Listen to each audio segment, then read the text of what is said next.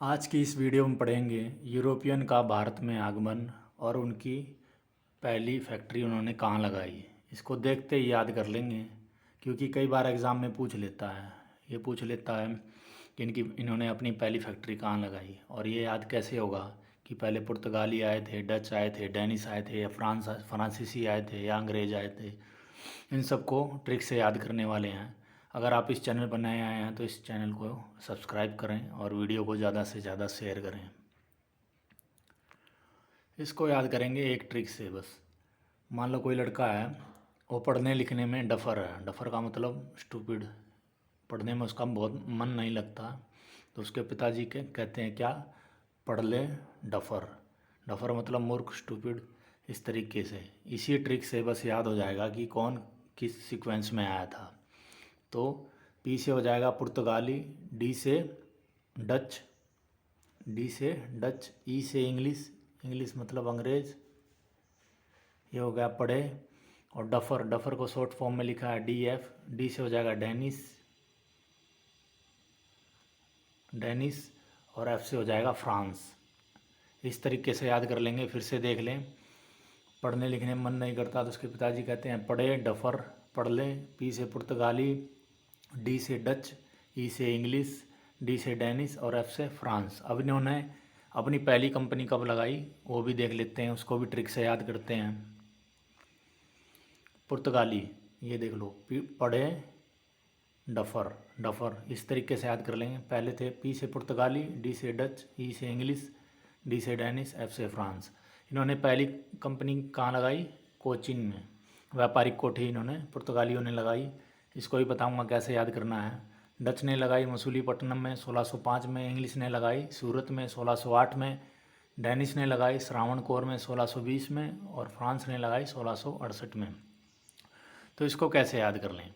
अब वो लड़का पढ़ नहीं रहा, नहीं पढ़ रहा, तो उसके पिताजी चाहते हैं कि वो कोचिंग दिला दें उसको। पढ़ाई में मन नहीं लग रहा, कोचिंग होगी तो क्या शायद पढ़ ले, शायद उसके दिमाग में घुस जाए। तो कोचिंग से हो जाएगा कोचिन। हमने ये जो ट्रिक बनाई पढ़े तो पिताजी ने लगा दी है इसकी कोचिंग। कोचिंग होगी, कोचिंग से कोचिंग, कोचिन हो जाएगा।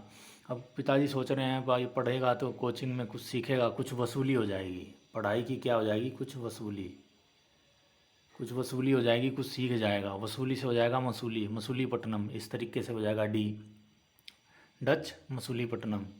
ई, अगर नहीं पढ़ेगा तो क्या होगा, पिताजी किसी को सूरत दिखाने लायक नहीं रहेंगे। फिर से देखिए, अगर वो नहीं पढ़ता है, पी डी ई, कोचिंग, उसको कोचिंग दिला देते हैं। नहीं पढ़ रहा है तो कुछ वसूली हो जाएगी डी से।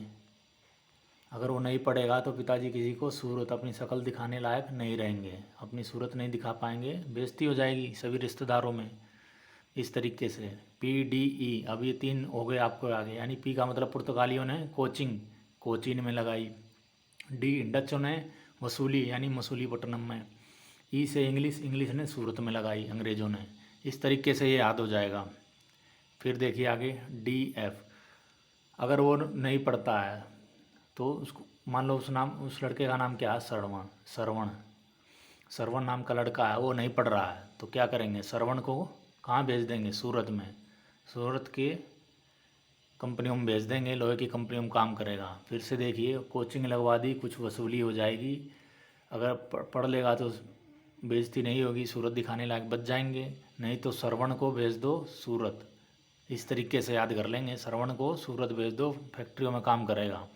फिर से देखिए, पी डी ई, पढ़ें, नहीं पढ़ेगा तो कोचिंग दिला देते हैं, कोचिंग, कोचिंग से हो जाएगा कोचिन। डी, डी से डच, कुछ वसूली हो जाएगी, वसूली से मसूलीपट्टनम। ई से इंग्लिश, नहीं तो सूरत दिखाने लायक नहीं रहेंगे, शक्ल भी दिखाने लायक नहीं रहेंगे, सूरत हो गया। इस तरीके से इन तीनों के याद हो गए। फिर से देखें, अगर वो श्रवण नहीं पढ़ता है तो श्रवण को भेज दो कहाँ, अगर श्रवण नहीं पढ़ता है तो श्रवण को भेज दो सूरत।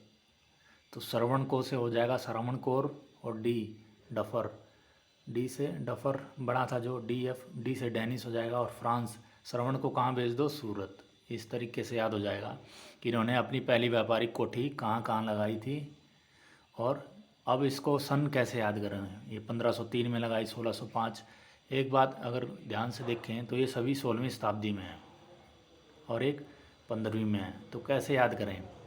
तो इसको याद कर लो। देखो पुर्तगाली कब आए थे, 1498 में आया था वास्को डी गामा।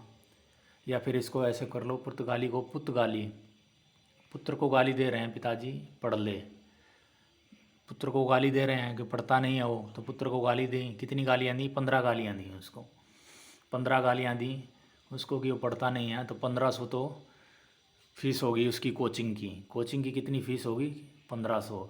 ले एक सब्जेक्ट के मांग रहे हैं वो 1500, और 3 सब्जेक्ट लगवाना पड़ेगा उसका, मैथ इंग्लिश साइंस, तीनों में कमज़ोर है तो मैथ इंग्लिश साइंस 3 सब्जेक्ट, तो 1503 ऐसे हो जाएगा। पिताजी ने गालियाँ दी, 15 गालियाँ दी, 1500 एक सब्जेक्ट के ले रहे हैं, प्लस में 3 सब्जेक्ट और हैं, तो 1503 इस तरीके से याद हो जाएगा। और बाकी ध्यान से देखें तो सारे 16वीं शताब्दी में हैं। तो ये 3 है, ये 5 है, ये 8 है, ये 20 है, ये 68 है। इस तरीके से आसानी से याद कर लोगे 16वीं शताब्दी में। मान लो डच 5, 8, 20, 68, बस 16वीं शताब्दी में।